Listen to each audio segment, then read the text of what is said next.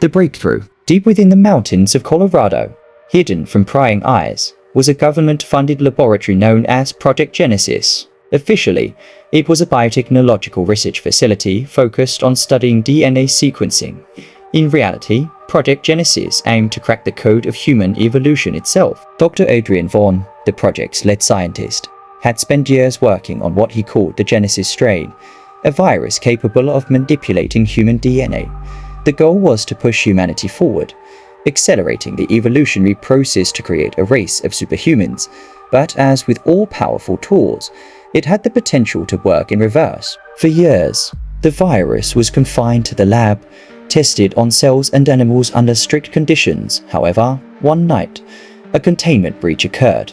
An accident caused by a sudden power outage during a routine test allowed the virus to escape its biohazardous chamber. The automated lockdown systems failed. Alarms blared, but by the time the technicians arrived, the Genesis strain had already been released into the events, slowly spreading through the facility. Within hours, the first symptoms appeared. Lab workers developed intense headaches, fevers, and uncontrollable muscle spasms.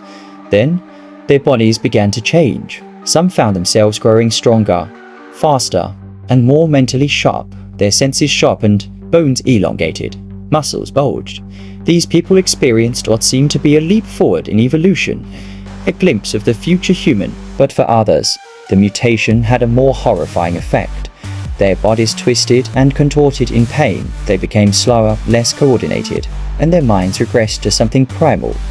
Hair sprouted across their bodies.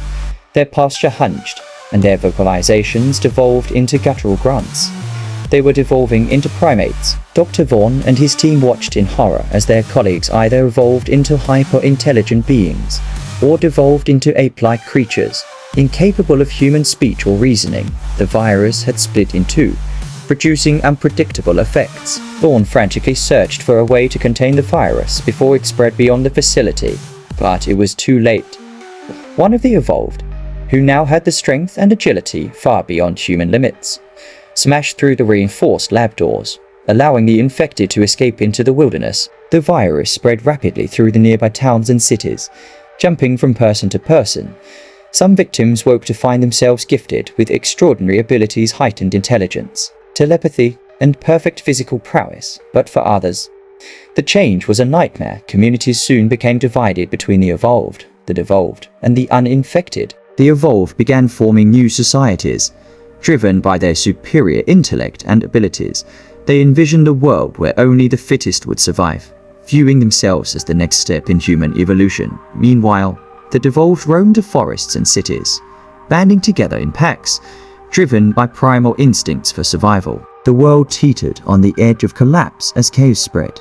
Governments collapsed, unable to contain the outbreak, and new factions arose, some fighting for the future of human evolution, others seeking to cure the plague that had shattered society. Dr. Vaughn, racked with guilt, retreated into the wilderness with a small group of scientists, searching desperately for a way to reverse the Genesis strain.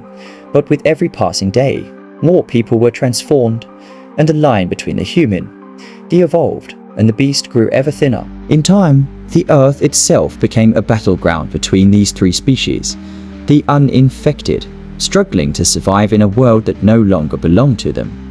The evolved, building their utopia with ruthless precision.